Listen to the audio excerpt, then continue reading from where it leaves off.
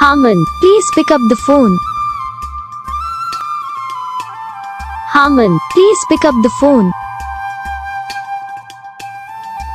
Arman, please pick up the phone. Arman, please pick up the phone. Arman, please pick up the phone. तो guys video को like करो, channel को subscribe करो, comment करके बताओ आपको ये वीडियो कैसा लगा, कौन सा पार्ट है जो आपको इस वीडियो में अच्छा लगा या फिर कौन सा पार्ट है जो आपको इस वीडियो में अच्छा नहीं लगा। अगर आपको रिंगटोन पसंद आई है या फिर आप भी ऐसा कौन सा भी रिंगटोन बनवाना चाहते हो तो आप हम पे कमेंट कर सकते हो।